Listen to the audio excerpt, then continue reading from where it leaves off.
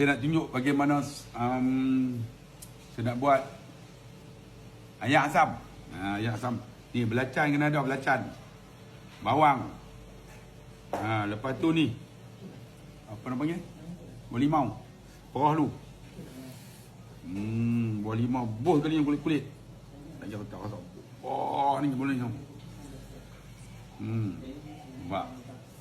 Ni cara nak buat ni. Apa try way. Okey, dah perah apa semua. Kita masukkan ni garam semua. Kemudian tambah ayak. Okey. Lepas tu picit. Nampak.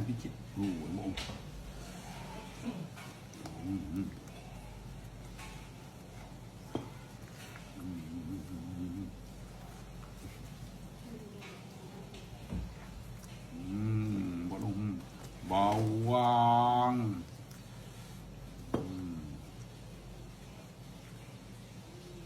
Terlalu elok dah nak.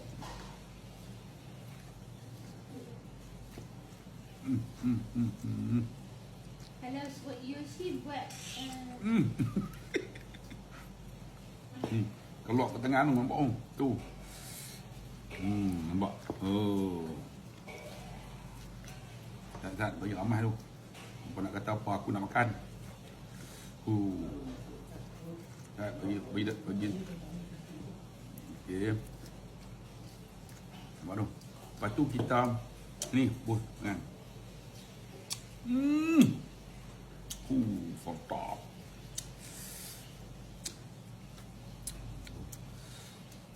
Alamak. Lepas tu kan kita bubuh yang ni pedas. Okey, tak tambah lagi. Lepas tu kita bubuh ni cabai Cameron. Yang ni tak berani nak picit. Dia punya pedas dah. Pedas dia cukup pedas ya. Tu. Ni kena pakai sudu. Ni. Nampak. Okey. Pedas ni. Jom kita makan ayak asam UAK. Ni ayak asam ni pedas. Kadang-kadang orang tak boleh makan. Saya nak show ni.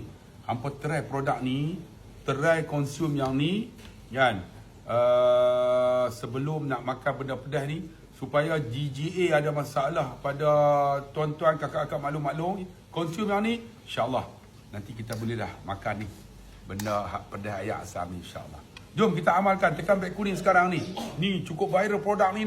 Bagus. No, boleh makan dah. Saya dulu tak boleh nak makan ayak asam ni. Kerana apa? GGA. Tapi alhamdulillah 2 minggu je selesai. Jom.